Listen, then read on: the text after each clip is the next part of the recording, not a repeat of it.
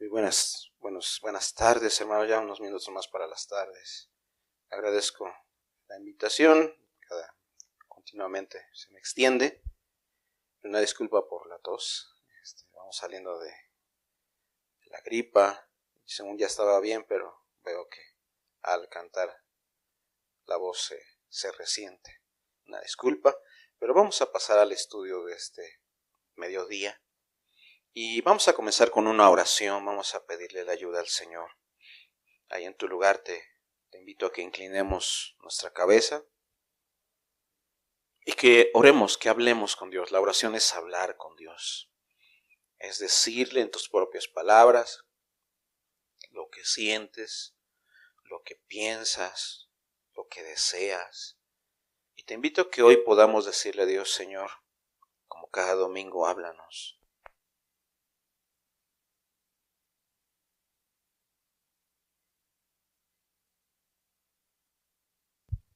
Háblanos, Señor, el día de hoy de tal manera que pues nuestro corazón pueda ser bendecido, Señor, por tu palabra, por ti.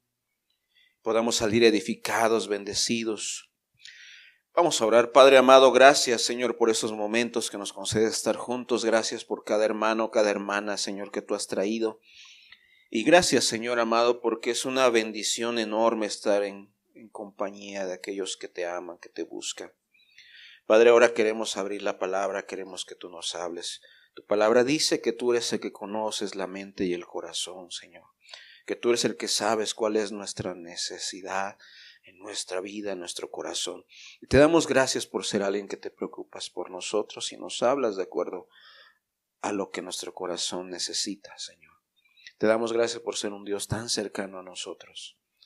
Y te pedimos que nos hables y que permitas que tu palabra pueda hallar cabida en nuestro corazón, pueda ser de edificación como cada domingo, Padre. En el nombre de Jesús nos ponemos en tus manos, que tu buen espíritu nos acompañe y personalice la palabra de acuerdo a el estado espiritual de nuestro corazón.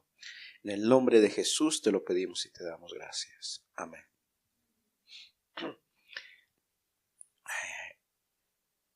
En alguna participación que tuve anteriormente, que compartí con ustedes, me tocó hablar acerca de la iglesia de Éfeso. Esto ya tiene algunos meses, ya tiene ratito, porque ha sido pocas las veces que he venido, pero quisiera continuar con ese ciclo de enseñanzas.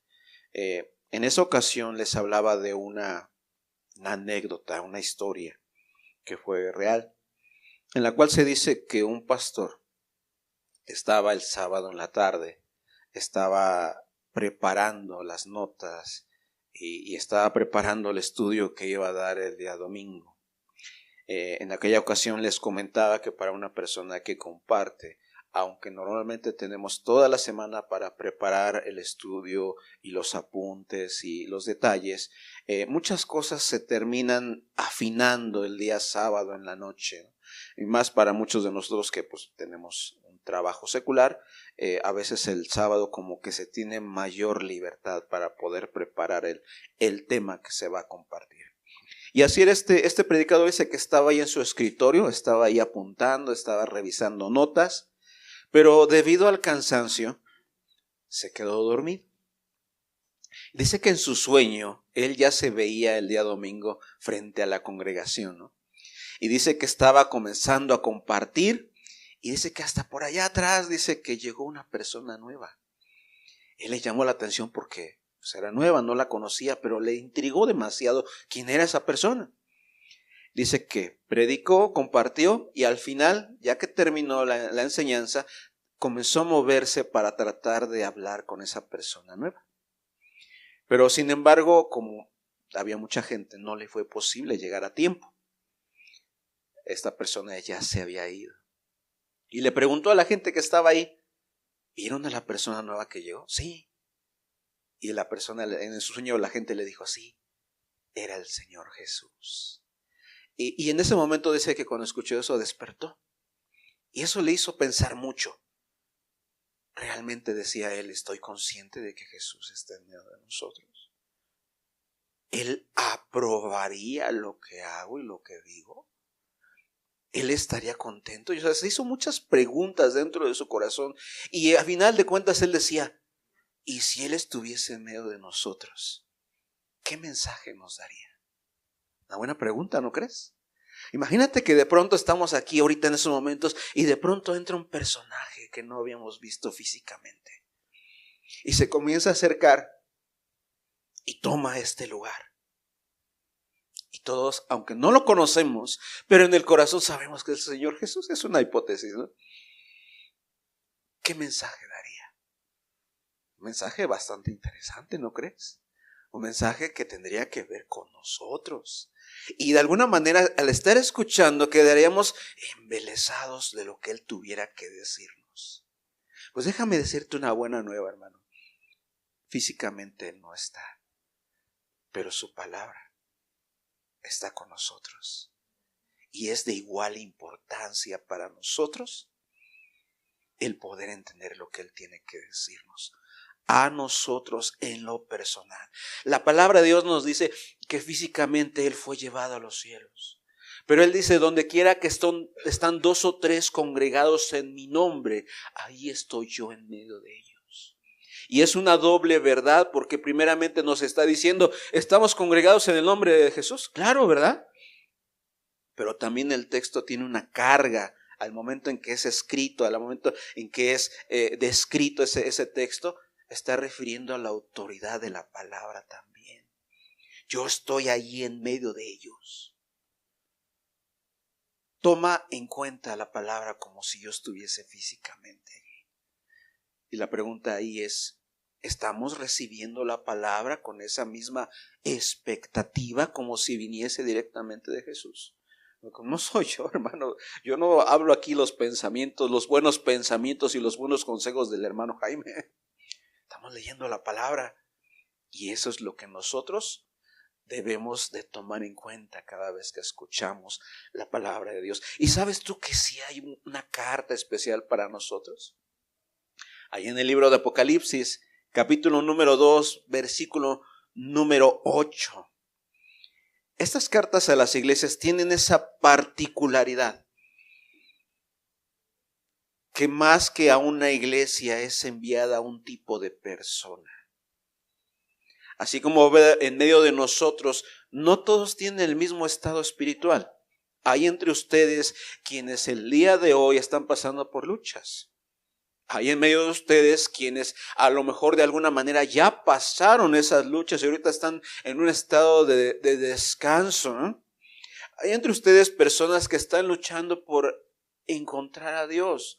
Hay diferentes estados espirituales en medio de nosotros, en medio de ustedes. Y precisamente por eso es tan importante estudiar estas cartas, porque estas cartas son enviadas a un tipo de persona. Y es lo que vamos a estudiar el día de hoy. Libro de Apocalipsis, capítulo 2, versículo número 8, dice, escribe al ángel de la iglesia en Esmirna. El primero y el postrero, el que estuvo muerto y vivió, dice esto. Tiene muchas cosas que decir el texto, pero vamos a ir parte por parte. Versículo número 9, yo conozco tus obras y tu tribulación y tu pobreza, pero tú eres rico y la blasfemia de los que dicen ser judíos y no lo son, sino sinagoga de Satanás. No temas en nada lo que vas a padecer. He aquí el diablo echará a algunos de vosotros en la cárcel, para que seáis probados y tendréis tribulación por 10 días. Sé fiel hasta la muerte y yo te daré la corona de la vida. El que tiene oído oiga lo que el Espíritu dice a las iglesias.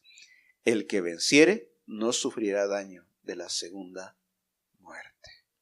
A veces me quedo pensando en esta carta, cómo habrá sido el primer momento en el cual se abrió la carta por primera ocasión, porque fue un momento en el cual Dios le dio este mensaje al apóstol Juan, y fue escrita. Y llegó un momento en el cual se le entregó a alguien más y fue viajando hasta que llegó a la iglesia de Esmirna. Imagínate el primer domingo en el cual se abre esta carta y después de la enseñanza o antes se lee esto. Escribe al ángel de la iglesia en Esmirna. Mira, qué bonito habrá sido haber recibido una carta de parte de Jesús, y más ellos que todavía habían, de alguna manera, todavía tenían esa conciencia de que Jesús había estado físicamente hace 2000 años. Y algunos de los que vivían todavía lo habían visto, todavía. O sea, imagínate que en medio de la congregación de la iglesia de Esmirna había personas que decían, sí, yo lo vi. O sí, yo escuché que mi papá me contaba que estuvo ahí en las enseñanzas de Jesús. No, es que mi abuelo, es que un amigo me contó eso. Ha de haber sido un momento muy especial. Y la Biblia dice, escribe al ángel de la iglesia en Esmirna. ¿Por qué dice al ángel? Lo hablábamos en esa ocasión, lo volvemos a comentar. Cuando habla del ángel, no se está refiriendo como tal un ángel, se está refiriendo a la persona encargada. Dios manda un mensaje, se lo dan a la persona encargada, y la persona encargada no tiene autoridad de añadir ni de quitarle nada.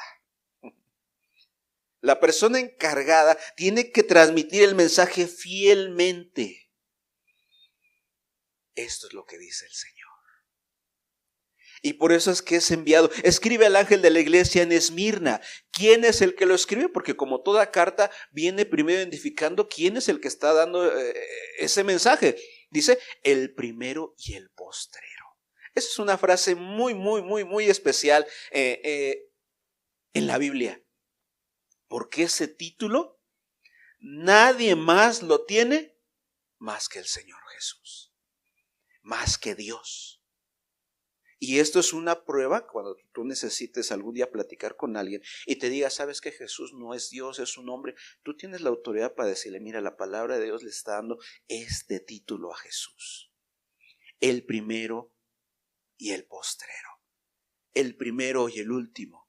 Y ahí mismo en Apocalipsis 1:17, si quieres irte a la página anterior, unos versículos antes, 1:17 dice, cuando le vi, caí como muerto a sus pies, y él puso su diestra sobre mí, diciendo, no temas, yo soy el primero y el último. ¿Quién es el que está hablando ahí? Por el contexto, es el Señor Jesús. Pero si nos vamos al libro de Isaías, no pierdas ahí Apocalipsis, vámonos al libro de Isaías, capítulo 44, versículo número 9. Vamos a ver lo que dice la palabra de Dios. 44:6 de Isaías dice. Fíjate, en el Antiguo Testamento todos entendemos que es Dios el que está hablando. O sea, de alguna manera Jesús todavía no había venido. Y así dice Jehová, Rey de Israel. ¿Quién está hablando? Jehová, el yo soy. Y su Redentor, Jehová de los ejércitos, yo soy el primero y yo soy el postrero. Y fuera de mí no hay Dios. Fíjate cómo lo está subrayando. Dice, yo soy el primero y el último, pero fuera de mí no hay otro. Por eso, este es uno de los muchos argumentos que tú puedes dar a una persona para decirle, Jesús es Dios. No es un hombre, fue un hombre, tuvo una naturaleza humana, pero en sí mismo Él era Dios. Él es Dios. Y Él será Dios. Por eso cuando nos acercamos al libro de Apocalipsis es tan importante porque lo que dice Jesús lo está diciendo Dios. Y eso es una verdad que siempre ha estado en el Evangelio, en las buenas nuevas. El mensaje no viene de un grande profeta, no viene de un gran iluminado, no viene de un gran cristiano, viene del mismo Dios. Y si regresamos al libro de Apocalipsis, esto nada más fue así como algo rápido, ¿no? Un momento para sentarnos y poder estudiar precisamente la deidad de Jesús, pero ahorita por el momento fue algo rápido. Apocalipsis capítulo 2, versículo número 8, vamos a terminar leyendo este versículo. Y escribe al ángel de la iglesia en Esmirna, el primero y el postrero, el que estuvo muerto y vivió, dice esto. ¿Quién es el que estuvo muerto y vivió? El Señor Jesús. Exactamente. Qué interesante es todo lo que dice la palabra de Dios. Se identifica quién es el que está mandando el mensaje. Y ahora vamos a pasar al mensaje mismo, porque primeramente dice a quién va dirigido, a la iglesia de Esmirna, y después dice Mándaselo al ángel, al encargado de la iglesia de Esmirna, y después dice quién es el que está hablando, y después pasa a dar, como quien dice, el cuerpo del mensaje, ¿no? Versículo número 9, yo conozco tus obras. Está diciendo todo lo que puede significar esa frase. De mí nadie se puede esconder, dice el Señor. Ya sea que hayas hecho cosas muy buenas o hayas hecho cosas muy malas, de Él nadie se puede esconder. Yo te conozco, yo sé tu nombre, yo sé tus tristezas, yo sé tus alegrías, yo sé tus aspiraciones, yo sé tus intenciones. Yo conozco tu carácter, yo sé con lo que luchas, yo sé lo que te hace llorar en las noches. Yo te conozco, dice el Señor, Jehová de los ejércitos. Yo te conozco. No nos habla desde el punto de vista de alguien que no nos conoce, porque luego a veces cuando alguien da una opinión de nosotros, a veces nos sentimos decepcionados porque uno dice, pues sí opina esta persona de mí, pero ojalá me conociera mejor, ¿no? Pero Dios no es así. Dios nos conoce mejor que nadie y mejor que tú mismo. Dios me conoce mejor a mí de lo que yo me conozco. Y eso es una verdad muy hermosa. Eres conocido delante de Dios. Eres conocido. Yo conozco tus obras y tu tribulación y tu pobreza. Era una iglesia que estaba pasando por momentos difíciles. La iglesia de Éfeso, que es la iglesia anterior a la cual mando un mensaje, es una iglesia que estaba viviendo en un momento de lucha. Estaba luchando contra falsos apóstoles, contra falsos líderes. Aquí la iglesia de Esmirna estaba luchando con algo diferente. Estaba con una persecución física. Hermano, ¿a cuántos de los que estamos aquí nos ha tocado sufrir una persecución física? A lo mejor habrá alguno entre nosotros que sí, pero en nuestro México es muy poco probable que hayamos sido perseguidos, que te hayan metido en la cárcel, que te hayan quitado tu casa, que hayan quitado la vida a alguien de tus familiares. Es muy poco probable, aunque sí puede llegar a suceder. Yo me acuerdo hace unos años que fui a visitar a unos hermanos allá en el estado de Oaxaca. Ellos me comentaban, ellos me decían, es que hermano, dice, aquí en la población donde estamos no nos dejan ser cristianos de manera libre. Sí nos dejan hacer nuestros cultos, pero hay veces que cuando el populacho o el montón de gente se junta, puede ponerse difícil. Dice, en una ocasión me comentaron, dice, estábamos teniendo nuestra reunión, dice, en nuestra casita de Carrizo. Allí era su templo. Y si de pronto llegó el pueblo y nos comenzaron a rodear y nos llevaron, dice, y nos presentaron ante el agente municipal, le llaman allá. Ahí van todos los hermanos, dice, y ahí voy yo, decía la hermana, una hermana como de 50 y tantos años, casi 60. Ahí nos llevaban, dice, a la fuerza, dice, y nos pusieron en la plaza. Y dice la hermana, fíjate, como que ni tan preocupada estaba, decía. Yo decía dentro de mí, ay, qué bueno, somos muchos. ¿Qué nos pueden decir entre muchos? Y le llega el mensaje. Están pasando uno por uno ante la autoridad. Decía, ay Dios, ¿qué voy a hacer? ¿Qué le voy a decir? ¿Cómo me voy a defender? Dice que un pastor les mandó a decir, no tengan miedo, Dios dará palabra. Dice que en el momento que le tocó a ella pasar ante la gente, la autoridad designada en ese momento, dice que ella comenzó a argumentar, decirle, ¿por qué nos tratan así? Se supone que tenemos libertad en nuestro país. Y además ni siquiera estamos haciendo algo malo. Y además nos trajeron con violencia. La cosa terminó al revés. Ella era la que estaba acusando, ¿no?, a las autoridades. Los tuvieron que soltar. Pero fíjate cómo a veces en nuestro propio país puede suceder eso. Hermanos, ¿qué tan preparados estamos para sufrir si fuese necesario por causa del nombre de Jesús. ¿Qué tan profunda es nuestra convicción? ¿Y qué tan firme es nuestra fidelidad hacia Dios? Ser cristiano hoy en día en nuestro país es muy fácil. Agarro mi Biblia, me la pongo bajo el brazo y ahí voy el domingo. Pero realmente ser cristiano es en medio de las luchas. Cuando en tu trabajo te dicen miente. Cuando en tu casa se burlan de ti. Cuando tu vecino te hace una cara porque buscas a Dios. No por hacer lo malo, sino porque buscas a Dios. Porque haces lo bueno. ¿Qué tan convencidos estamos de nuestra fe, hermanos? No porque yo quiera que tú sufras, ni porque yo quiero que... No, pero de alguna manera la persecución nos pone nos pone contra la pared. ¿Qué tan seguro y qué tan profundo es nuestra fe? Hay personas que a la primera de cambios, ya porque los vieron feos, ya quieren dejar de buscar a Dios. Hay personas que a la primera de cambios, hay personas que me han dicho, hermano, yo ya no quiero buscar a Dios porque en cuanto comencé a buscar a Dios, me está yendo mal económicamente. Y muchas veces revisas por qué le está yendo mal, es porque antes vivía de puros malos negocios. Y en el momento que vienen a Dios, saben que Dios no le agrada los malos negocios y tienen que hacer bien las cosas y pues ya no tienen dinero como antes. Los malos negocios a veces son muy jugosos, pero desagradan a Dios. Y la vida de una persona que está buscando a Dios debe de ordenar sus caminos.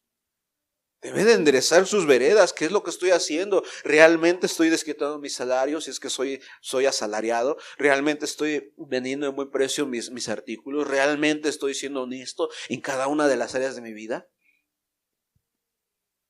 Porque si no podemos soportar eso, imagínate lo demás. Si apenas vemos que en la iglesia no me saluden, ya me desanimo. Está bien, todos deseamos que nos saluden y eso está perfecto. Pero si por eso nos derretimos como si fuéramos de chocolate, imagínate. Mira, no sé si tengamos las presentación.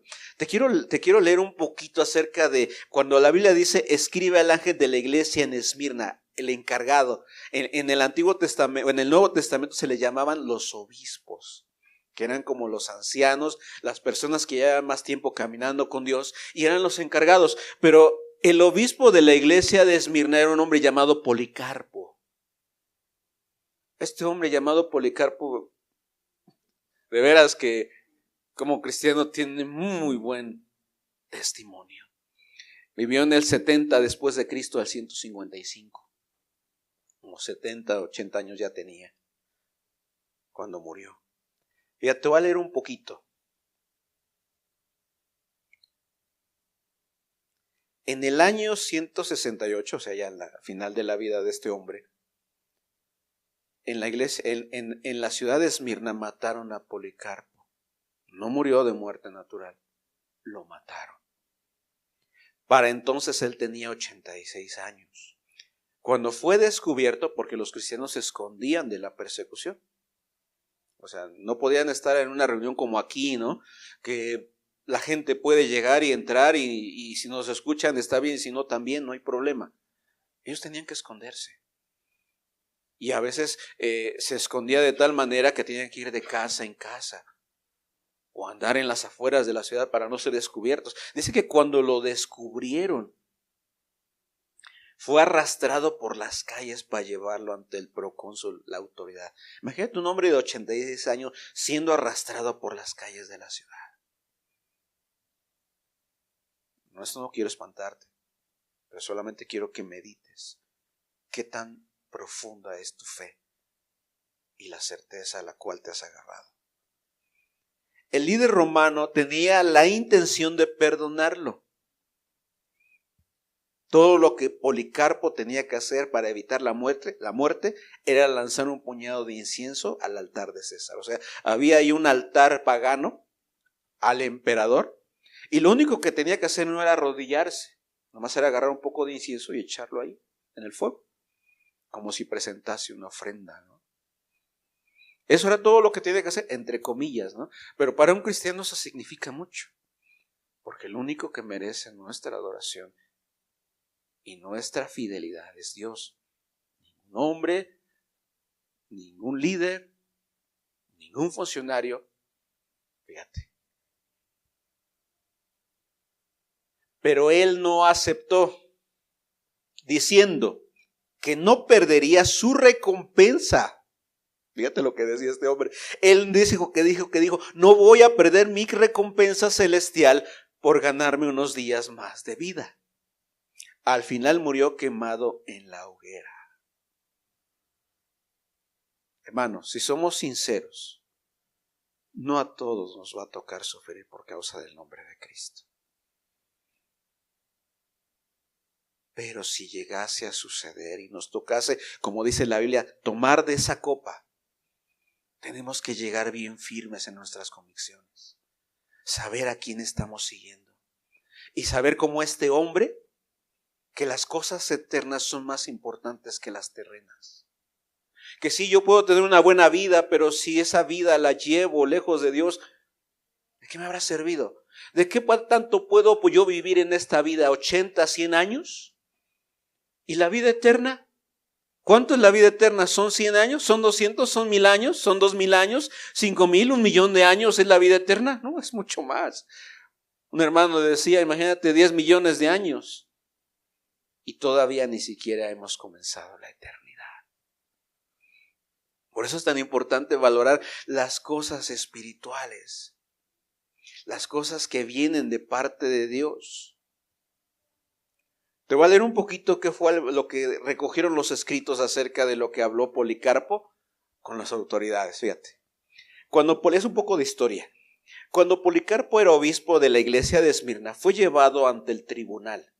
El procónsul le preguntó si era Policarpo y él contestó que sí. Luego empezó el procónsul a exhortarlo y diciendo: ten piedad de tu avanzada edad, jura por la fortuna de César, arrepiéntete y di, quítense los ateos, se refiriéndose a los cristianos. Ellos consideraban a los cristianos ateos porque no creían en el César, no creían en sus dioses de ellos. Quítense los ateos. Policarpo dice que miraba solemnemente a la multitud que se había juntado y señalando con la mano alzó los ojos hacia el cielo y dijo: quítense esos ateos, pero al revés, no hacia los cristianos, sino ante los paganos, ¿no? Como quien dice, la volteó. Los que estaban alrededor. El procónsul lo trató de persuadir diciendo: jura y te soltaré, renuncia a Cristo.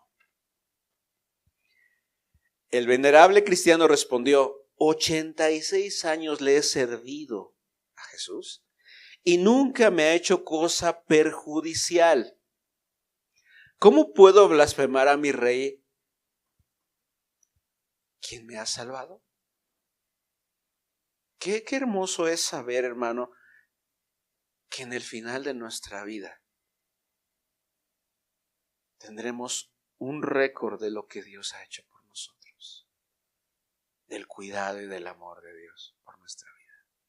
Este hombre dice: para mí es más valioso el bien que Dios me ha hecho, porque no me ha hecho mal.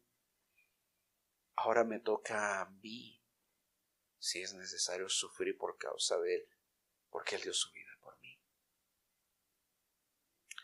La autoridad le decía: tengo fieras y te echaré a ellas si no te arrepientes, dice que le dijo la autoridad. ¿Sabes lo que dijo Policarpo? Tráelas. ¿Tenía miedo? Fíjate que esa es una constante de todos aquellos que vivieron en ese siglo. Cuando eran desafiados en su fe, una característica tenían: no tenían miedo. ¿Y de dónde viene esa valentía, hermano? Una vez dice que en una ocasión un grande predicador de los años 1800 dice que le preguntaron: oiga, hermano Moody, dice que estaba ahí en la iglesia: hermano Moody, ¿usted el día de hoy estará listo para ser mártir por causa del nombre de Cristo? Y sorprendentemente ese predicador dijo: ¿hoy? Hoy no. Y todos: ¿cómo? Pues ya es un hermano muy, muy respetado y muy usado por Dios. A lo cual respondió este predicador: yo dependo de Dios, decía. Si Dios quiere que yo participe del martirio, Él me va a dar la gracia. pero el día de hoy la gracia que Dios me ha dado es para predicar, decía él. Si el día de mañana me toca participar de eso, Dios me dará la gracia. Pero el día de hoy esa no es la gracia que Dios me ha dado. Hoy me ha dado la gracia de predicar, y comenzó a predicarle a la multitud para hablarles en nombre de Dios.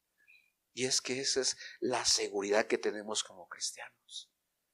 No importa si el camino es fácil, no importa si el camino es difícil, no importa si el camino es oscuro, no importa si parece que ya no hay salida, nuestro Dios nos va a proveer. No estás solo. Aún en las luchas que tal vez te tocan vivir, ahí en los problemas, no estás solo, no estás sola. No es que nos toque vivir solos y desamparados, no. El apóstol Pablo decía, si solamente esperamos a Dios en esta vida, somos los más dignos de conmiseración. O sea, esperamos a Dios en esta vida, que Él actúe, y en la vida venidera también. Qué importante es tener en cuenta eso, hermano. Dice que le dijo, tráelas, trae a las fieras. Dice que le dijo la autoridad, suavizaré tu espíritu con el fuego. Y él le respondió, ¿me amenazas con este fuego que solo quema un momento? Pero te olvidas del fuego del castigo eterno reservado para los impíos. Como diciendo, mira, te olvidas de que el sufrimiento que más me quieras dar va a durar un momento. Pero te olvidas del fuego eterno, te olvidas del castigo eterno, te olvidas de la vida eterna. Te estás olvidando, solamente tu mirada está puesta en las cosas de este mundo, no estás viendo las espirituales, estaba diciendo este hombre. En la hora de su martirio daba gracias a Dios porque se contaba entre los mártires de Cristo. La Biblia dice que es un privilegio sufrir por causa del nombre de Cristo. Privilegio que no todos tendremos. Y gloria a Dios si no nos toca. Y gloria a Dios si nos llega a tocar, Él nos dará la fuerza. Pero lo que nos corresponde a nosotros es qué tan seguros estamos de nuestra fe. Qué tan firmes. Hablando un poquito acerca de la iglesia o de la ciudad de Esmirna, nos dice la historia que esta iglesia estaba sentada en esta ciudad, que era una ciudad bastante próspera. La mayoría de las ciudades antiguas estaban puestas en lugares específicos porque eran rutas comerciales o eran lugares que tenían importantes instituciones o templos paganos, ¿no? O sea, eso era lo que hacía una ciudad importante, ¿no? Es como hoy, ¿no? Una ciudad importante debe tener una gran catedral, debe tener un gran palacio legislativo o municipal, ¿no? Algo así. Y dice que el nombre de Esmirna viene de la palabra mirra, que es una especie que en ese tiempo se acostumbraba a echar a las personas que habían fallecido, de alguna manera esconder el olor de la persona que estaba echándose su cuerpo a perder porque había fallecido. Y cada una de las cosas que Jesús habla de que es el primero y el postrero, el que estuvo muerto y vivió, fíjate que todas esas alusiones no son por demás. Tiene que ver con cosas que ellos vivieron, porque dice que hubo un momento en el cual esta ciudad fue destruida y tuvo que volver a ser edificada, lo que literalmente la ciudad significaba que murió y volvió otra vez a vivir. O sea, como Jesús utiliza figuras que son entendibles. Imagínate si el Señor Jesús hablara en nuestro tiempo y aquí en la ciudad actual, pues a lo mejor pondría alguna parábola, ¿no? Que tenga que ver con el Tusobús, ¿no? A lo mejor tomaría los mercados de allá del centro de Pachuca, ¿no?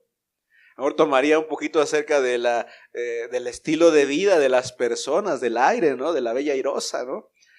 O sea, siempre hablaba de temas que la gente entendía y que eran fáciles para ellos asimilar y que la gente entendía la verdad de la palabra de Dios. A esta ciudad les habla igual lo mismo. Pero fíjate en el versículo número 10 dice, bueno, versículo 9, versículo 9, yo conozco tus obras y tu tribulación y tu pobreza. Fíjate que acá hay un tema interesante porque luego la gente dice que si eres cristiano no puedes ser pobre. Pero esta es una de las iglesias que eran más fieles. Y era una iglesia pobre.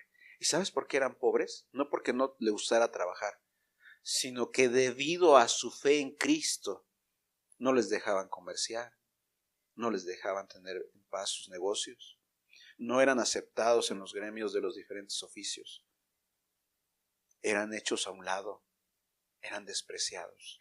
Su pobreza venía precisamente de su fe en Cristo, porque no los dejaban tener un negocio tranquilo. Y ellos aceptaban gustosamente esa situación. Y se dice que estos hombres llegaron a ser tan pobres que a veces llegaron a mendigar. Hermanos, todavía no nos ha tocado eso. Y a veces ya nos desanimamos, ¿verdad? Y a veces como que ya no queremos seguir. Y a veces como que ya nos parece difícil el camino. Todavía no hemos sufrido nada, hermanos, todavía nada. A veces créeme que a veces yo también me he llegado a quejar y digo, Señor, es que me pasa esto, me pasa esto. Y Dios me recuerda lo que están sufriendo los hermanos al otro lado del mundo, allá en Corea del Norte, allá en los países musulmanes. Y le digo, Señor, no tengo nada de qué quejarme. Tengo que seguir adelante, Señor, porque mis hermanos están sufriendo y de alguna manera yo estoy muy tranquilo aquí.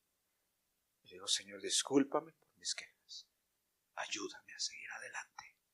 Ayúdame a no desmayar. Ayúdame a dejar de estar teniendo conmiseración de mí mismo y a más bien tomar fuerzas y seguir adelante. Caminar contigo, Señor. Así como mis hermanos están siendo fieles, yo también quiero ser fiel, Señor. Yo conozco tus obras y tu tribulación y tu pobreza. Pero ¿qué le dice Dios? Pero tú eres rico. Qué importante es ser rico delante de Dios, pero no físicamente, sino rico en la fe. ¿Sabes qué es lo que te va a sostener en medio de las pruebas? ¿Qué es lo que te va a sostener en medio de las dificultades? Que tú espiritualmente seas rico. No lo va a ser el aplauso de los hombres, no va a ser el dinero, no va a ser tu posición, no va a ser nada de eso lo que te va a sostener, sino cuánto tiempo has pasado buscando a Dios, cuán fiel has sido a Dios y cuán sincero has sido en tu búsqueda de Dios. Eso es lo que te va a sostener en medio de las dificultades. Cuánto has acumulado en fe, en esperanza, en amor, cuánto has servido en medio de tu familia, cuánto has servido en medio de tus hermanos, con cuánto desinterés les has servido. Eso es lo que te va a sostener en medio de las pruebas. Muchos de nosotros somos como Pedro, ¿no? El apóstol. Jesús le decía, ¿me vas a fallar, Pedro? Pedro que decía, no, Señor, yo contigo hasta el final. Hasta la cárcel, Señor.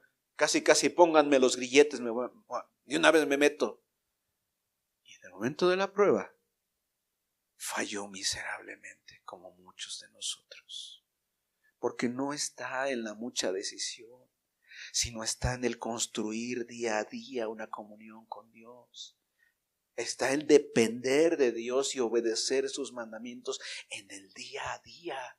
Eso es lo que nos va a sostener en medio de las dificultades. Dice, tú eres rico. Y la blasfemia de los que dicen ser judíos y no lo son, sino sinagoga de Satanás. Fíjate cómo había en ese tiempo una lucha con los judíos, y hasta el día de hoy todavía en cierta manera lo hay, que los judíos dicen, estos no son cristianos, estos no son de Dios, estos descalificaban. Hay muchas iglesias que viven en ese problema de que son descalificadas. Yo no sé si aquí hay ese problema, pero ha habido iglesias que me ha tocado visitar donde sí hay una fuerte descalificación de otros grupos o de otros movimientos. Y a la iglesia la ven hacia abajo, ¿no? Como que la ven así como que, mira, estos pobrecitos. Y es lo que le estaba diciendo a esta iglesia, a ti los judíos te ven hacia abajo, te menosprecian, hablan mal de ti, te maldicen. Y fíjate cómo esta iglesia no solamente era pobre, sino además sufría la maledicencia, pero esta iglesia se mantenía firme porque era una iglesia rica. ¿Qué dice Dios? Dicen. Esos que te buscan, esos que hablan mal de ti, dicen ser judíos, pero no lo son. Y eso es algo que también nos debe hacer pensar. ¿Solamente decimos caminar con Dios o verdaderamente le estamos buscando? Versículo número 19. A mí cuando lo medito, me me sorprende lo que dice: no temas en nada lo que vas a padecer. ¿Cómo estaba la iglesia, hermanos? Perseguida, atribulada, en pobreza. La gente hablaba mal de ellos. Y Dios le dice: todavía te toca sufrir más. ¿Cuántos de nosotros a la primera prueba ya no estamos doblando, no? Pero ¿sabes cuál es la clave? Esa palabra que dice al inicio: no temas. ¿No te suena esa palabra? Es la palabra que dice mucho Jesús decía muchas veces, ¿no? Le decía a sus discípulos cuando decían: es un fantasma, cuando iba caminando sobre el mar, ¿no? No temáis, yo soy. Esa frase la usaba mucho Jesús. No temas. ¿Por qué decía no temas? Porque Él estaba allí. Aún, hermanos, si nos tocase, me acuerdo que hace un año más o menos también me tocó compartir este tema en otra iglesia. Y estaba pasando por unas luchas que no te imaginas. Y me vinieron más luchas después, todavía más. Y yo me acuerdo que le decía a Dios: Señor, como que no me da ganas de hablar otra vez de ese tema porque me van a tocar luchas, ¿no? Pero Dios dice: no temas. Hay un propósito por el cual Dios permite que pasemos por pruebas. En el momento no lo vemos. En el momento no lo podemos observar. En el momento la prueba, haz de cuenta, como que tiene incluida un velo que tapa nuestra vista. Y no vemos el porqué y el para qué de la prueba. En el momento, hermano, nunca vas a ver el propósito del por qué te vino esa prueba. En el momento vas a ver oscuro. En el momento te vas a sentir desesperado, hermano, en medio de la prueba. Y una prueba se diferencia de una maldición, por así decirlo.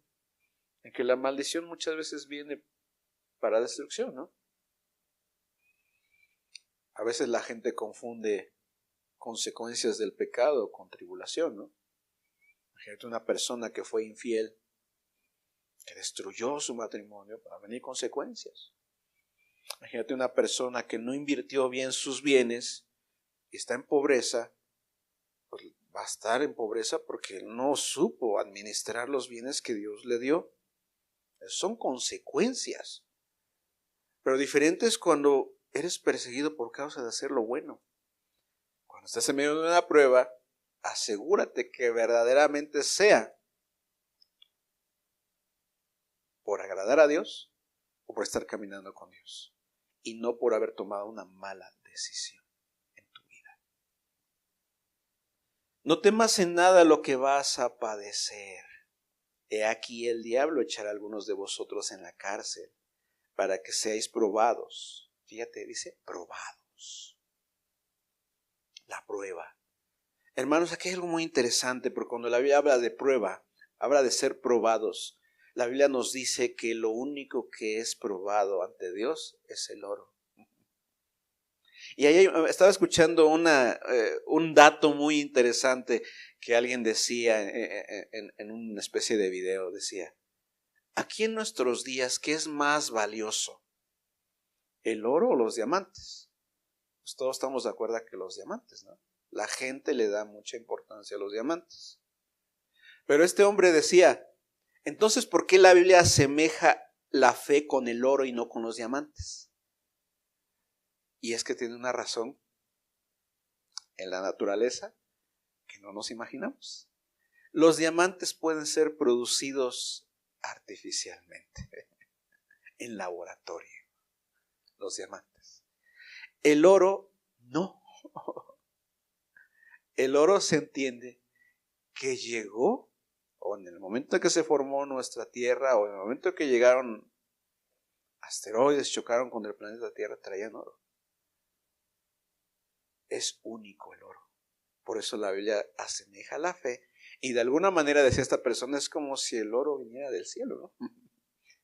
La fe que tenemos como cristianos no puede ser reproducida en laboratorios artificialmente. Solamente puede venir del cielo. Solamente Dios es el que puede hacer eso.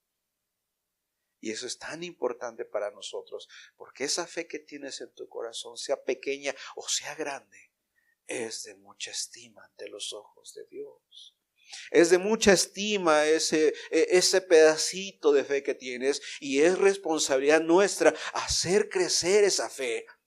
Y hay muchas formas, hemos hablado de los medios de gracia, la oración, la lectura, acerca del ayuno, de cómo hacer crecer esa fe, porque esa fe solamente va a crecer en la medida que tengamos comunión con Dios. ¿Y cómo tenemos comunión con Dios? Por medio de los medios de gracia. ¿Quieres ser un cristiano firme? ¿Quieres ser un cristiano fuerte? Ahí están los medios de gracia. Busca a Dios en tiempo y en fuera de tiempo, decía el apóstol Pablo. Busca a Dios hasta que la imagen de Dios se refleje en tu vida, y entonces tendrás mucho que darle a la gente. Pero no se puede conseguir de otra manera más que teniendo comunión con Dios.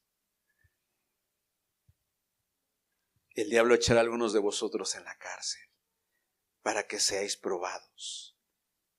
Y tendréis tribulación por 10 días. Esta es otra verdad que a veces se nos pasa de rápido. Hermano, hermana, toda prueba, toda tribulación, toda tristeza, toda angustia que tú tengas, según las cosas que habitan en esta tierra y en la naturaleza de este mundo, tiene una fecha de caducidad. Todo. Porque luego a veces los problemas vienen, hermano. ¿Y qué te susurra el diablo en el oído? De esta no sales. Así ya te vas a quedar siempre. No, hermano. Todo en esta tierra es pasajero y todo tiene un final. Aún las tristezas, aún el lloro, aún la tentación, aún la prueba, aún todo, hermano, tiene un final. Te platicaba que hace un año tuve muchas pruebas. Gracias a Dios, tienen un final y tuvieron un final. Y un final para la gloria de Dios, porque yo aprendí muchas cosas en ese tiempo. Esa es la doble bendición que tiene un hijo de Dios, porque no solamente tienes la seguridad de que Dios te va a sacar adelante, sino además Dios te acompaña, y en medio de la prueba vas conociendo a Dios como nada te puede enseñar de Dios. Lo que tú aprendes en medio del lloro, del clamor, del dolor, es una forma tan cercana que te acerca a Dios y que te hace como Dios, porque la imagen de su Hijo se va revelando en ti. Por eso decía el apóstol, nos gloriamos en las tribulaciones. A ver, hermano, levante la mano quienes dicen gloria a Dios por mis tribulaciones. ¿Quién dice amén, que vengan más? Como humanos no somos dados a querer sufrir. Y eso es una realidad que tenemos que aceptar.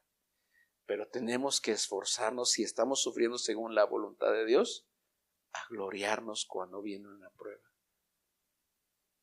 Porque nos acerca a Dios, y porque si lo hacemos según su voluntad nos vamos a parecer más a Dios.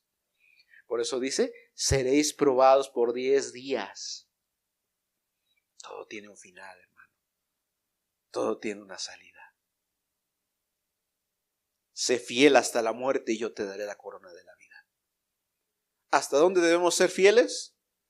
Hasta que se acabe el discipulado. Hasta que el hermano me deje de hablar. ¿Hasta dónde debo ser fiel? ¿Hasta donde ya no tenga fuerza? ¿Hasta donde ya me sienta desanimado? No, hasta la muerte. ¿Cuál es la fidelidad que Dios nos está pidiendo y que espera de nosotros? Hasta la muerte. Hermanos, porque hemos sido llamados con un llamamiento muy santo para caminar con Dios, para ser pueblo de Dios. Y esto no es un llamado que podamos abdicar o que podamos renunciar. Es un llamado que es para siempre, hermano. No es solamente un tiempo, porque luego hay gente que así es. Busca a Dios por temporadas, ¿no? Es que yo conozco una persona que tú la puedes ver en medio del año buscando a Dios.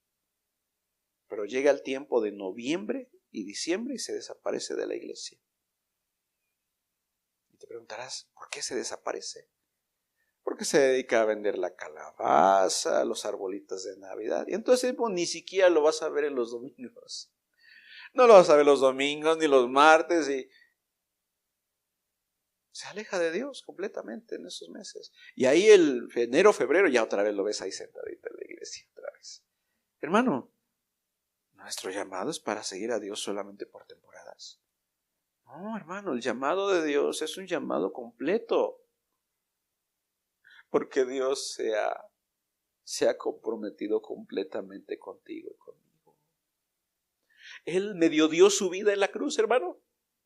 Él medio se murió, medio sufrió, dio toda su vida. Por ahí hay un canto que dice que hasta la última gota de sangre dio por nosotros. ¿Cómo no va a podernos exigir también que nosotros nos entreguemos completamente a Él?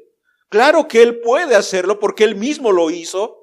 Él mismo nos puso ejemplo y nos dio todo lo que tenía para que nuestra vida fuese comprada para Él. Por eso le pertenecemos, hermano. Si has participado de la salvación y de la gracia de Cristo, tu vida no te pertenece, le pertenece a Dios, le pertenece a Cristo, le pertenece a aquel que derramó su sangre por ti. Por eso es que muchas veces, en una ocasión escuchaba a un cristiano que decía, le tomaban opinión de qué iba a hacer o no iba a hacer, decía. Y él decía, ese cristiano decía, yo no decido eso, eso lo decide Dios, yo solamente le obedezco. Porque nuestra vida debería siempre pertenecerle a Él. Sé fiel hasta la muerte, yo te daré la corona de la vida, fíjate. Qué precioso es pensar, hermano, que después de que nuestra vida acabe en esta tierra, como haya de terminar, nos podamos presentar ante la presencia de nuestro Dios. Por un momento en tu corazón, imagínate aquel momento, un espacio inmenso, un trono ahí establecido, un trono imponente, y de pronto es escuchado tu nombre. Te presentas ante Dios Todopoderoso y Dios te dice, bien hecho, buen siervo fiel. En lo poco fuiste fiel, en lo mucho te voy a poner. Entra en el gozo de tu Señor. Y miras hacia alrededor y ves a toda la multitud de las naciones que no quisieron obedecer a Dios, temblando, llorando de desesperación, pidiéndole a Dios otra oportunidad de enmendar su camino, porque así van a estar muchas personas en ese día. Dios, dame otra oportunidad de enmendar mi camino. Dame otra oportunidad. Ahora sí le voy a hacer caso a lo espiritual. Ahora sí te voy a buscar de todo corazón. Dame otra oportunidad. Y no va a haber otra oportunidad ese día, hermano. Y aquellos que fueron fieles les va a dar acceso Dios. Pasa por aquí. Y en ese día te darás cuenta que todas tus lágrimas fueron limpiadas. Sé fiel hasta la muerte. Yo te voy a dar la corona de la vida. Va a ser tuyo ese premio. El premio, dice que el original griego habla de la diadema del vencedor. Como aquellos Juegos Olímpicos en un inicio que le ponían un laurel aquí, ¿no? Al vencedor. El símbolo de que había ganado. Qué maravilloso va a ser para muchos cristianos ese día, porque a pesar de todas sus limitaciones, a pesar de todos sus problemas, a pesar de que su familia estaba en contra de que ellos buscaran a Dios, van a llegar hasta el final y Dios los va a coronar. Hay otro canto que dice, ¿no? En aquel día Dios nos coronará en aquella grande Sión. Versículo número 11, el que tiene oído, oiga lo que el Espíritu dice a las iglesias. Hermano, ¿tienes oído para escuchar la palabra de Dios? ¿Dios te ha estado hablando? Abre bien tu oído, abre tu corazón. Oye lo que el Espíritu dice a las iglesias. No solamente a ti, no solamente a mí, sino a todas las iglesias. El Espíritu Santo habla. Lo que el Espíritu dice a las iglesias, el que venciere no sufrirá daño de la segunda muerte. Y es aquí donde quisiera pasar por un momento, hermano, a la siguiente parte de esta enseñanza. La palabra tribulación, que es la que aquí se utiliza, tiene un sentido. Dice que esta palabra es tomada del latín, o sea, del griego, del latín, donde dice que era una tortura, o sea, esa palabra viene de una tortura que hacían los romanos, en el cual dice que ponían a la persona, la ponían contra el suelo y encima le iban poniendo grandes pesadas piedras, de tal manera que comenzaban a perder la posibilidad de respirar o de escapar. Y entre más peso, más estaban en una tortura completa, ¿no? Y esa es la idea de la palabra tribulación. Hay veces cosas que vienen a nuestra vida y nos oprimen. No sé si te ha pasado que llega alguna mala noticia, algún problema, y a veces es tan fuerte la presión que tienes sobre de ti que hasta sientes que te hace falta el oxígeno. Hay veces que es tan profunda la presión que hasta te desesperas, ¿no? Yo me acuerdo que pasé una etapa de mi vida en la cual no solamente sentía, o sea, médicamente me quedaba poco tiempo de vida. Y sentía el aire frío de la muerte, aquí como dicen, ¿no? Aquí cerca de mi cabeza. El solo pensar que me iba a morir me daba como una especie de desesperación. Y me faltaba el aire. Dios no quiso que fuera así. Aquí estoy, la ayuda de Dios. Pero por el momento me fue concedido participar de esos momentos angustiosos. La tribulación es lo que viene y te oprime. Te aprisiona momentáneamente, te ciega la vista espiritual. Hay personas que en el momento de la prueba ni siquiera sientes a Dios. Hay personas que cuando todo está bien, dicen, hermano, yo siento la presencia de Dios, yo siento que Dios está conmigo, pero en el momento de la prueba, Dios, ¿dónde estás? No te veo. Porque la prueba tiene esa característica. Ciega tus ojos espirituales.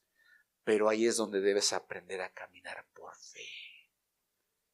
No te veo, Dios, no te siento, pero yo te creo de que tú estás conmigo. Y eso es caminar por fe, es caminar porque Dios lo ha dicho y Él no falla a su promesa. Y Señor, yo voy a seguir porque te creo a ti, porque sé que tú no mientes, porque en muchas ocasiones me has mostrado que has estado conmigo aun cuando no lo siento. Es caminar por fe, hermanos. ¿Cómo se manifiesta la prueba? Podemos poner la siguiente presentación.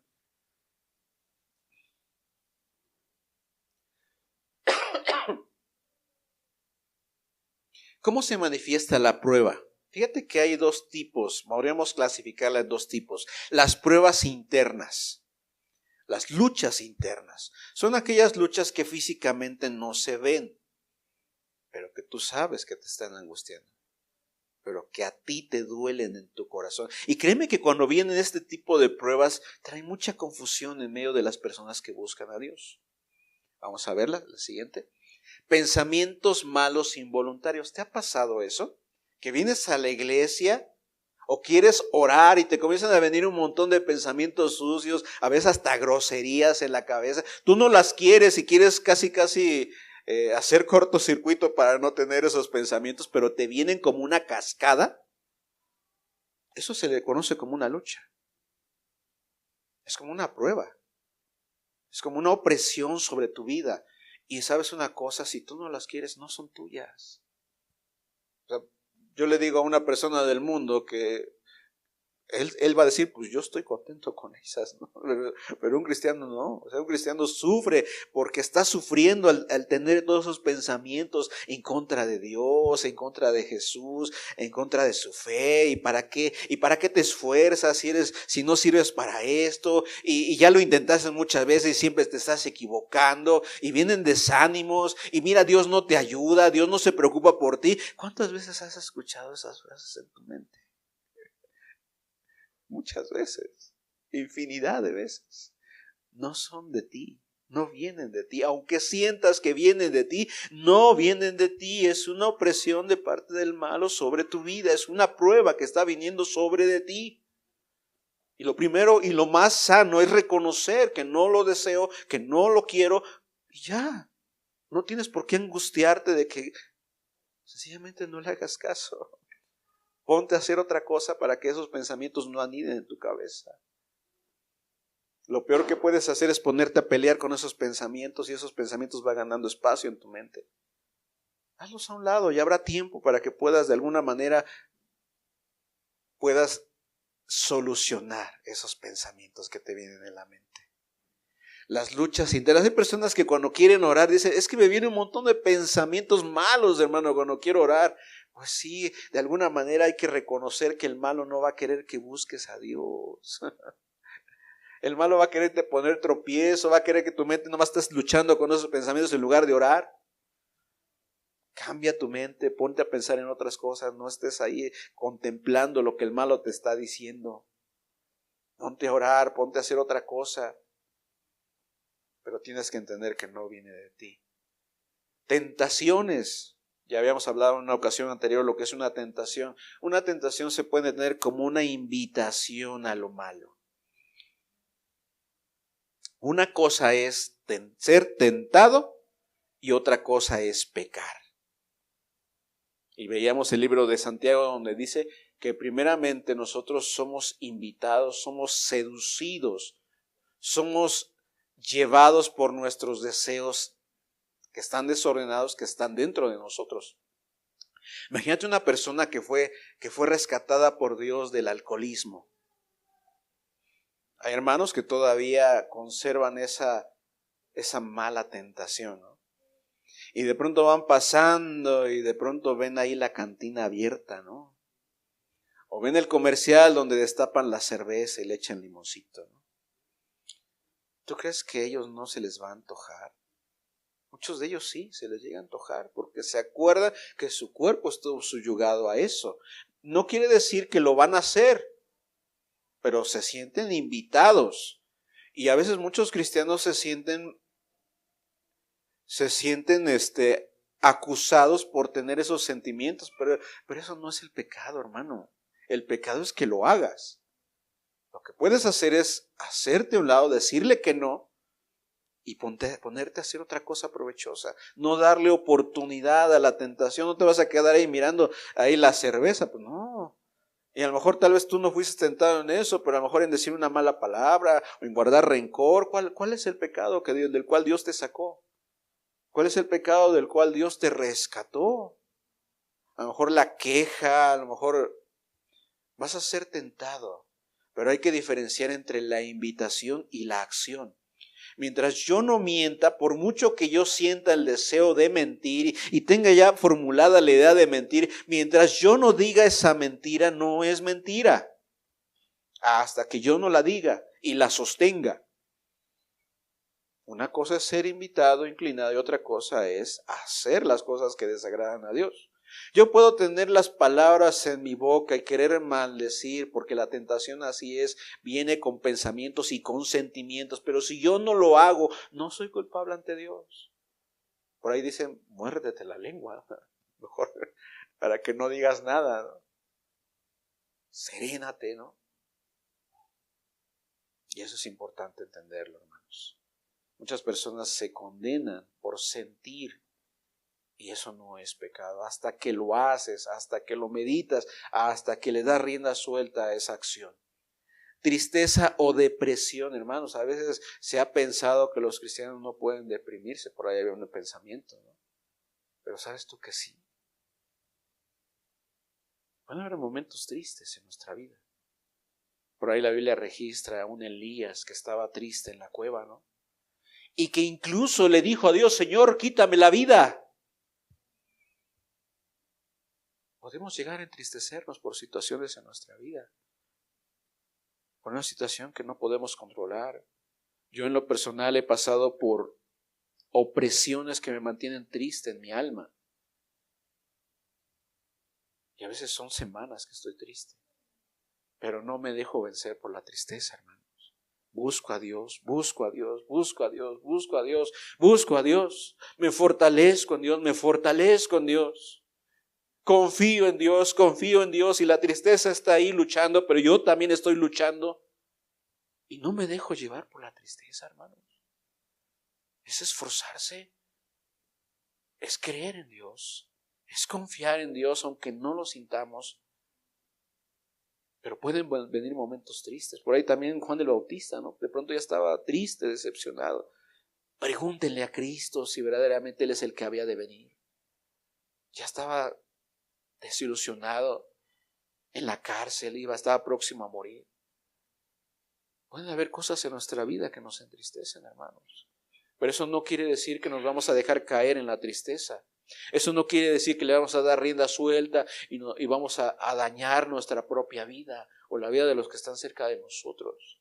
Sino vamos a buscar a Dios para poder salir.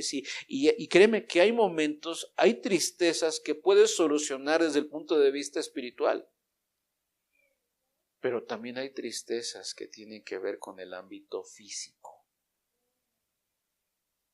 Algún desequilibrio en tu interior.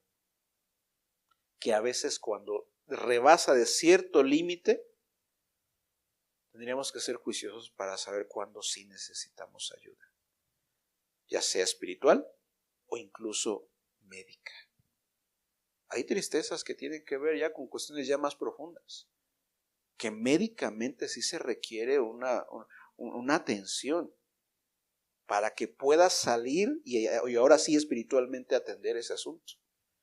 El balance bioquímico de nuestro cerebro a veces se desequilibra y requiere ahí ayuda para que se vuelva a tener ese equilibrio. Nuestro cerebro es un instrumento, un órgano maravilloso, pero también como es maravilloso, también puede llegar a presentar desequilibrios. Alguna enfermedad, por alguna situación, por diferentes situaciones pueden venir. No estoy diciendo que todas las tristezas requieren atención médica, no. La mayoría de las veces tienen que ver con algo espiritual. Pero hay casos muy especiales donde sí se requiere la atención médica. Tristeza o depresión, enfermedad, ¿no? Digo, todos nos enfermamos, podemos pasar por una gripe, por infección del estómago, pero hay enfermedades que vienen con una intención sobre nuestra vida. Hay enfermedades que lo que quieren hacer es minar nuestra fe. Y tú te das cuenta, porque en el momento que estás pasando por ahí, sientes que te golpea. Yo me acuerdo de mi mamá, cuando comenzó a estar enfermita, sigue estando enferma, pero cuando comenzó a estar enferma, ella me decía, es que me da un pavor tener que usar una silla de ruedas, decía ella. Para ella representaba una limitación en su vida. O sea, y la enfermedad tenía una intención: minar, desgastar la fe. Y es ahí donde más debes fortalecerte en Dios. Debes buscar ayuda. Muchas veces en la noche mi madre me decía, ven, ora por mí, tengo mucho miedo. Orábamos juntos. Y yo veía cómo sus ojos se cerraban y dormía en paz. Podía descansar toda la noche. ¿Por qué? Porque era también algo espiritual. No solamente era algo físico, era algo espiritual. Y así también nosotros, las enfermedades son normales, son cotidianas, pero hay enfermedades específicamente que pueden llegar a nuestra vida con la intención de desgastar nuestra vida espiritual o de apartarnos de Dios. Mira, te voy a contar un caso de una señora que asiste a otra iglesia. Esta señora, cada vez que llega a la reunión, yo siento que Dios tiene algo que decirle, porque la predicación ya agarra una dirección hacia ella. Y a mí me sorprende porque digo, Dios le está hablando a esta persona. Pero sucede algo chistoso. Ya la segunda vez, y no es que hasta la tercera, que comienza a congregarse y siempre le pasa algo. La otra vez se cayó de las escaleras y estuvo convaleciendo y se apartó de Dios no sé si medio año. En parte porque se estaba recuperando, es entendible, pero de ahí se agarró para no buscar a Dios. Hace unos días otra vez volvió a buscar a Dios, yo sentía que Dios le estaba hablando y otra vez se volvió a caer. ¿Y crees que se está congregando? No. Ahí ves tú que hay una intención atrás de todo eso. Debemos tener mucho juicio al entender nuestras enfermedades. No todas las enfermedades son del diablo, ni todas las enfermedades son naturales. Pero tú te das cuenta por los frutos, por la intención que hay atrás de ellas. Una presión espiritual, a veces no entendemos qué es lo que tenemos, estamos tristes, desanimados. Hay veces que no le vemos sentido a seguir adelante, estamos desanimados. Hay veces que incluso personas me han contado, hermano, es que cuando quiero buscar a Dios siento una opresión, siento una presencia mala, ¿no? Había un joven que me decía, primero cuando estoy buscando a Dios siento que alguien está ahí en mi cuarto. Volvemos a decir, no todo es el diablo, pero sí el diablo puede oprimir el alma de una persona. El diablo puede hacerse presente para estorbarte en tu caminar con Dios. Hay veces que se presenta como alguien muy feo, ¿verdad? La sombra ahí en tu casa, se caen los libros, ¿no? Los perros aúllan, ¡oh! En la noche. Y a veces hasta sientes frío, ¿no? Si te ha tocado que sientes un escalofrío. Sabes que hay algo espiritual y lo que se debe atender es orar a Dios para que Dios lo reprenda y lo aleje. Eso es lo que como cristianos debemos hacer. Si hay algo malo, Señor, si hay un espíritu malo que está aquí, Señor, aléjalo, por favor. Ten misericordia de mí, ayúdame. Pero a veces que el diablo no se presenta como algo feo. Hay veces que se presenta como algo bonito. Yo he conocido personas que cuando están buscando a Dios, cuando quieren caminar con Dios, el diablo les presenta el pecado en charola de plata. Yo me acuerdo de un cristiano que estaba buscando a Dios y días después me dice, no, es que cuando no buscaba a Dios había una chica muy bonita ahí donde trabajaba y ni me fumaba y ni me hacía caso. Ahora que estoy buscando a Dios y Dios me está visitando en oración, ahora me busca, dice. Y me platicaba, ¿no? Una vez estaba ahí en la escalera esta chica y yo estaba ahí ayudándole y de pronto como que perdí el equilibrio y cayó en mis brazos, decía él. Le digo, dice, no, yo me alejé, dice, yo me alejé, dice. O sea, sí no podía dejarla caer, ¿verdad? Pero tampoco voy a estar ahí dándole lugar al malo. Y es que es verdad, hermano, si nosotros le damos lugar a esas cosas, el diablo te va a encadenar.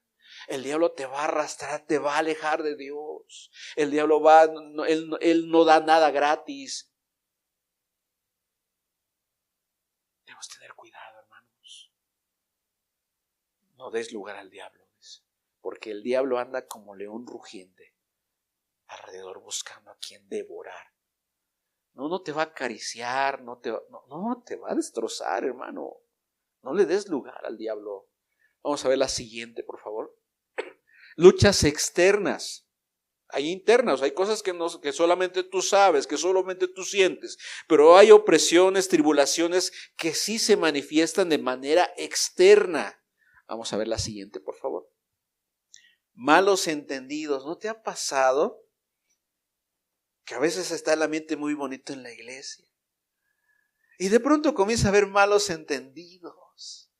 Es que sí dijo el hermano o no dijo. Es que sí me vio o no me vio. Es que sí me hizo la cara fea o no me la hizo fea. Y eso comienza a dividir la comunión entre medio de la iglesia.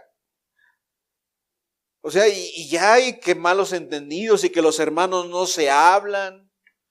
Yo me acuerdo, hermanos, que en una ocasión había un hombre que iba a una iglesia. Me tocó compartir y al último se me acercó y me dijo, hermano, yo tengo este problema.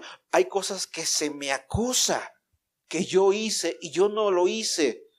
Pero como me junto con esta persona que sí hizo cosas malas, pues me están a mí también adjudicando lo que él hizo.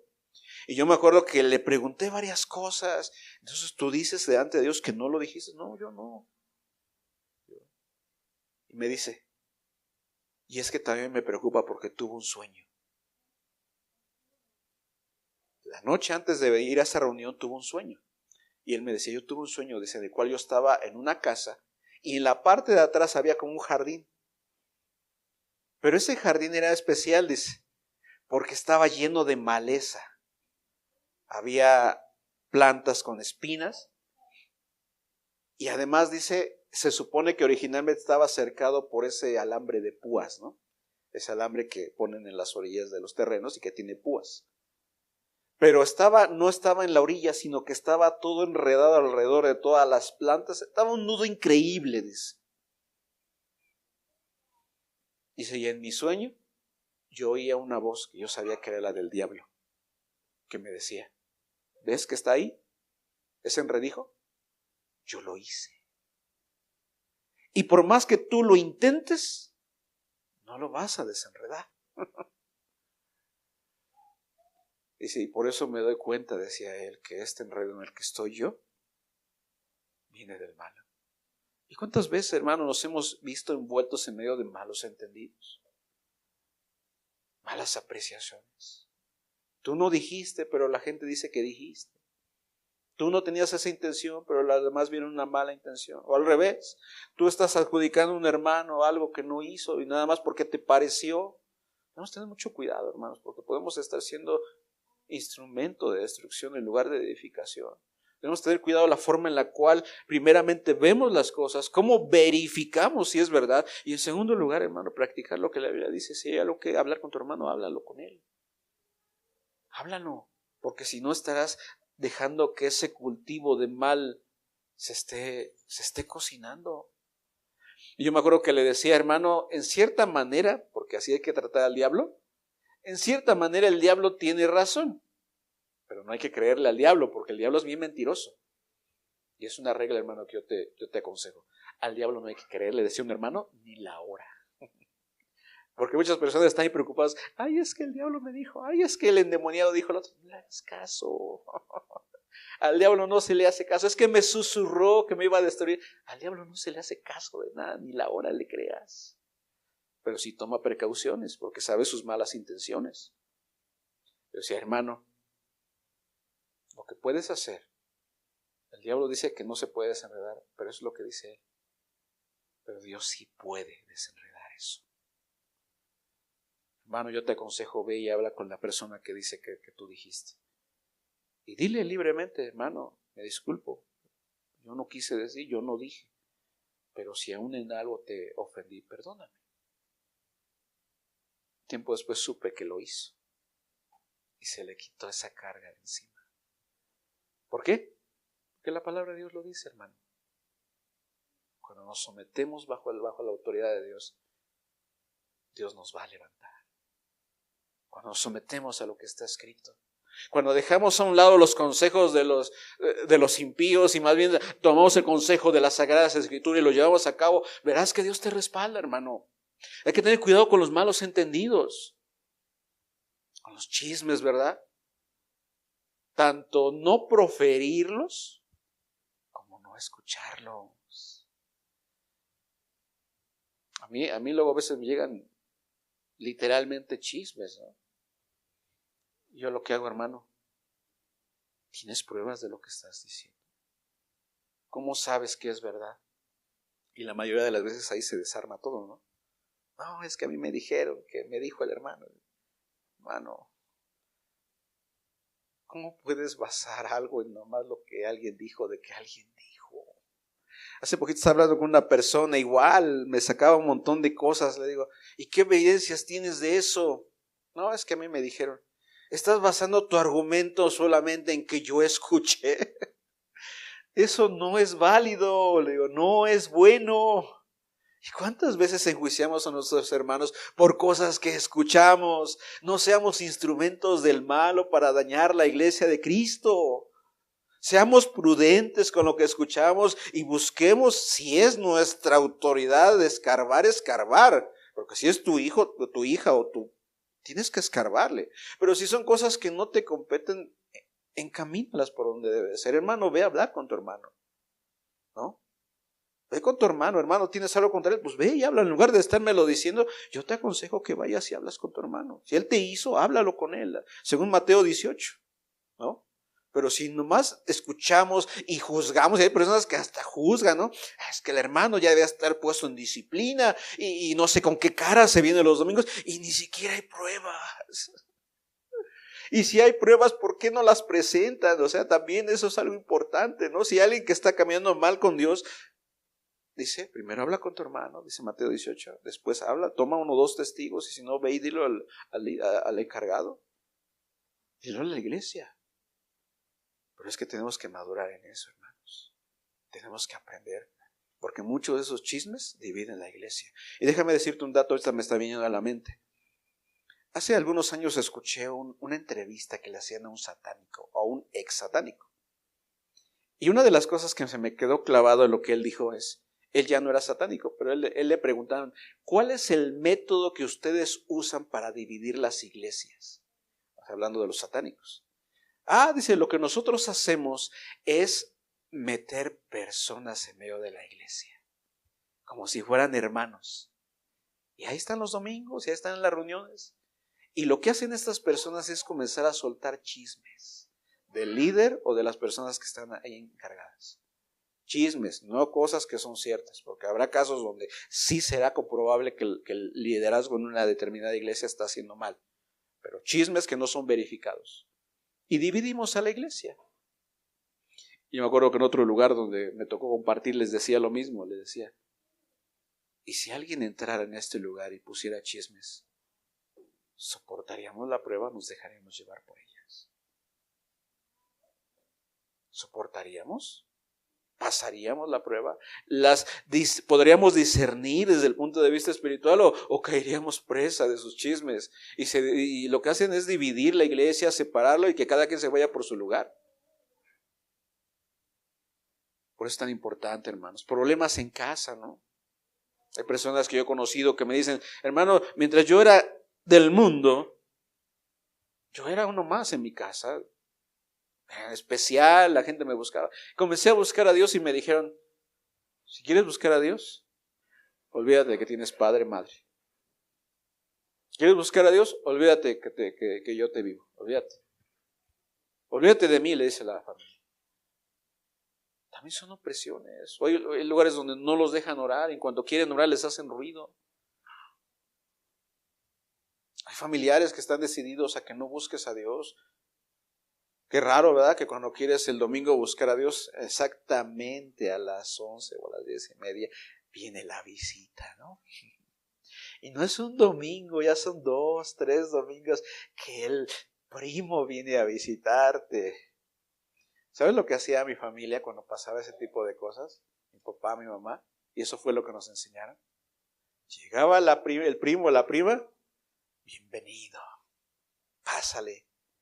Pero ¿sabes qué? Vamos a ir a la iglesia. Vamos. Y muchas veces se lo llevaban ahí, casi como arrastrando, ¿no? Como no queriendo, ¿no? Pero, hermano, en lugar de que ellos te influencialos tú. Ya después sabía la familia que no quería buscar a Dios, ya sabía que el domingo no estaba. Y si iban, probablemente los íbamos a invitar a la iglesia. Así que ya como que le medían, ¿no? Como que ya no iban con tanta euforia los domingos y vamos el sábado, vamos el viernes. Pero hermanos, o sea, ¿cuántas personas dejan de buscar a Dios porque su familiar llegó? O sea, una vez está bien, ponle un caso especial, pero ya 2, 3 veces.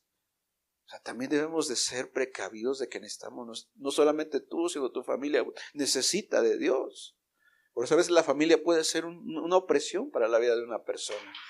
Problemas de pérdida de trabajo también, hermanos. Hay personas que pierden su trabajo y no logran tener ingresos y dejan de buscar a Dios y se preocupan y se angustian y pierden la fe, ¿no? Porque no tienen cómo poder satisfacer las necesidades de su familia. Y a veces hasta dicen ellos, es que tengo que trabajar en domingo porque no tengo de otra. Hermanos, de todos los que yo conozco que han tenido, entre comillas, que trabajar en domingo, yo no he visto ni un buen resultado, ni salen de sus problemas, y además descuidan su vida espiritual. Yo no he visto un buen resultado de los que he conocido. Si acaso sí habrá una ocasión donde, tu familia no tiene que comer, trabaja ese domingo para darles de comer ese día, porque no hay que comer. Pero ya al siguiente te vas a prevenir y vas a pedirle a Dios que te bendiga y te ayude para que no tengas que trabajar en domingo y puedas juntamente con tu familia buscar a Dios. Fíjate, hermana, estaba viendo un video de personas que yo sé que no buscan a Dios. Pero este hombre que estaba en ese video decía, mándame en los comentarios las formas en las cuales Dios te ha contestado de manera graciosa. Y en muchos de los comentarios que enviaban, decían, en lo general, yo tenía necesidad y se lo pedí a Dios y Dios me lo proveyó. y no conocen a Dios. Y no van a una iglesia. Cuanto más a ti, hermano, que estás buscando de Dios, Dios no va a proveer las cosas que necesitas. Cuanto más tú que te estás esforzando, no estará Dios preocupado. Y cómo Dios no podrá suplir las necesidades que tienes. Varias veces Jesús nos decía, y yo a veces me pongo ahí junto a los discípulos, hombres de poca fe. Y yo digo, Señor, de veras que a veces somos hombres de poca fe, Señor. Danos más fe, Señor. Ayúdanos a confiar en ti. Ayúdanos a creer en ti, Señor.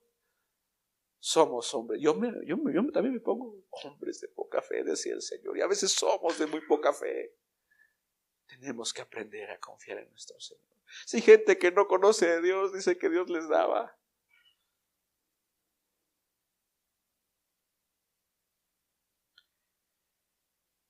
Pérdidas de trabajo. Pérdida de derechos por causa de la fe, como lo que te comentaba, ¿no? No los dejan tener su reunión. Por causa de la fe podemos perder derechos, ascensos, podemos perder bonos. Hay trabajos donde te piden que mientas, donde te piden que alteres el inventario. Hay trabajos donde te piden que, no sé, seas injusto, ¿no? O sea, son cosas que no deberíamos de estar condescendiendo. Son cosas que debemos de guardar en nuestro corazón. Preferible es no meterse en cosas de corrupción. Y a lo mejor no me van a ascender, pero yo sé que Dios me ve mi trabajo. Y Él verá cómo le hace. Hay temporadas donde en el trabajo parece ser que la tónica es hacer cosas malas para que te asciendan. Muchas veces me he perdido ascensos, hermano. Señor, pero es por agradarte, ¿no? Porque yo no quiero participar en eso. Y Dios siempre termina recompensándome. Es como si Dios me dijera, ellos no te recompensaron, pero yo sí, mira. Yo estoy contigo. Yo estoy contigo. Hasta encarcelamiento, hermanos. Por hacer lo bueno, por hacer lo correcto. Por hacer lo que a Dios agrada. Vamos a inclinar nuestra cabeza, hermanos.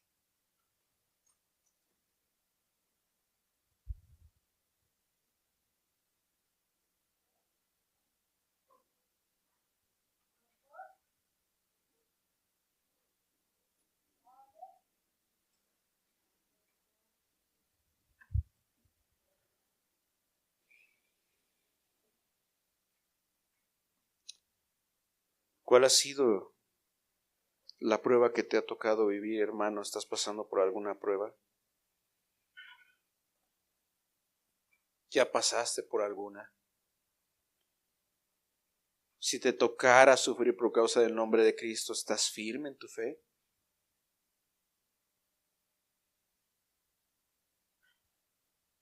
Fíjate que hay una historia. Ese que pasó allá, que no, si no me equivoco, en Rumanía. Estaban unos cristianos en una reunión como esta, pero era ilegal. Desde el punto de vista de las leyes era ilegal ser cristiano y tener reuniones. Y estaban ahí escondidos, de alguna manera escondidos ahí, discretamente buscando a Dios. A lo mejor ya les has escuchado esta historia. Y de pronto entran varios hombres armados, con metralletas. Y una vez que entran, piden que cierren las puertas. Un soldado en cada puerta. Y solamente dejan al parecer una puerta abierta y dicen, a ver, todos los que quieran negar a Cristo, párense y sálganse. Esta es su única oportunidad. Hubo varios que se salieron, llegaron a Cristo, se salieron. En cuanto terminaron de salir, cerraron bien las puertas y cortaron cartucho.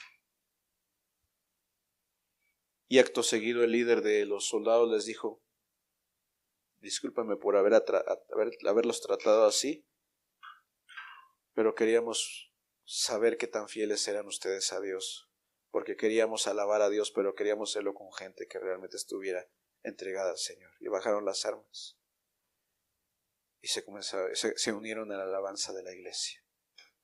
Era solamente una prueba. Ellos querían distinguir a verdaderos cristianos de falsos cristianos.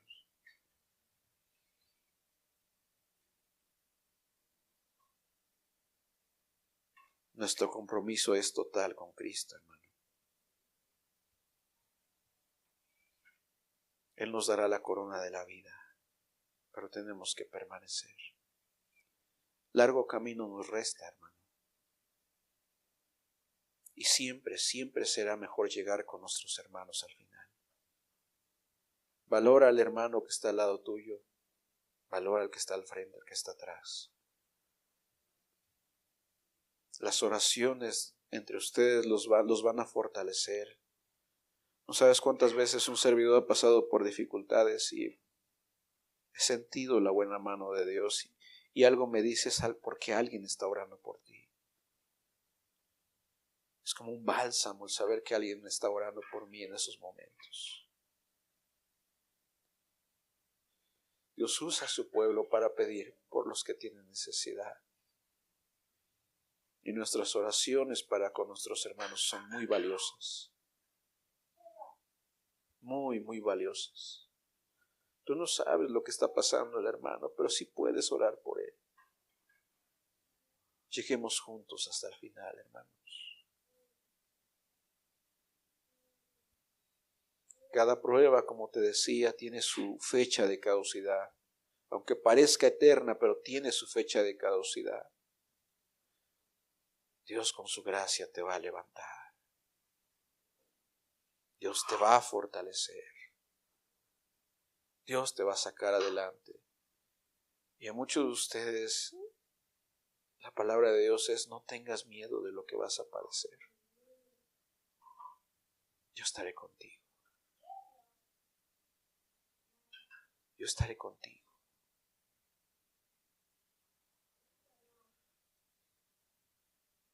Querido Dios,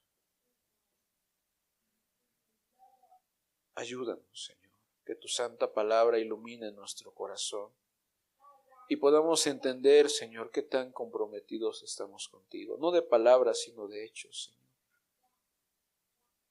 Qué tanto hemos sembrado nuestra comunión contigo, qué tanto hemos aprendido a depender de ti, Señor. Ayúdanos. Ayúdanos, Señor.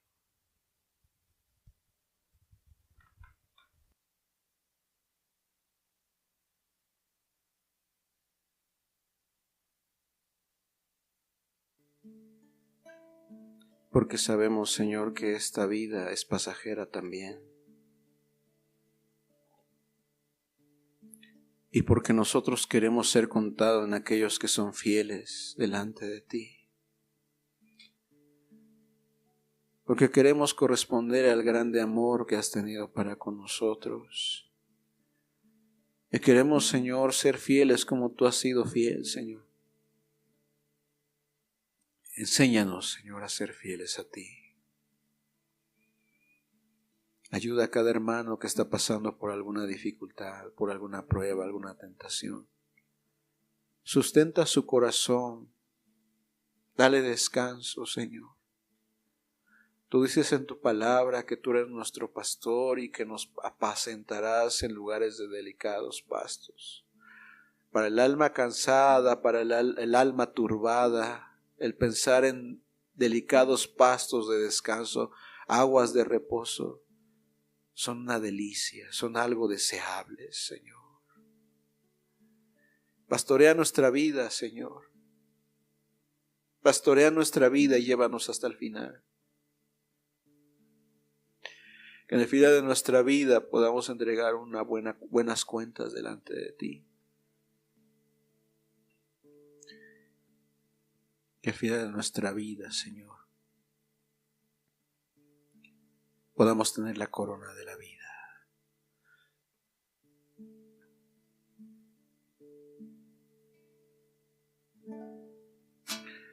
¿Quién nos separará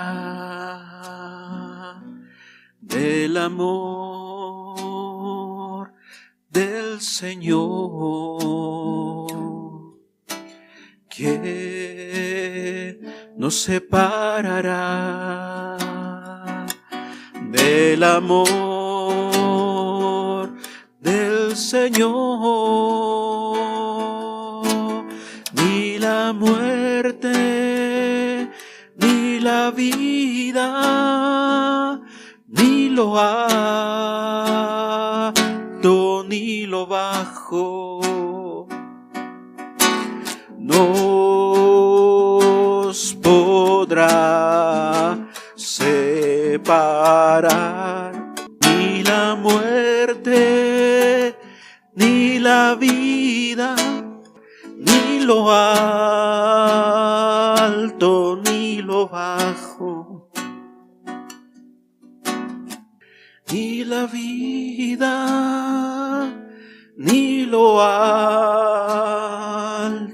ni lo bajo, nos podrá separar. No, no, Señor, ni la muerte, ni la vida, ni lo alto,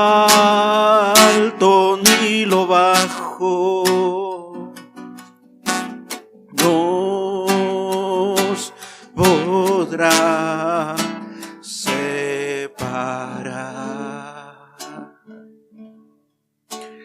Nos podrá separar.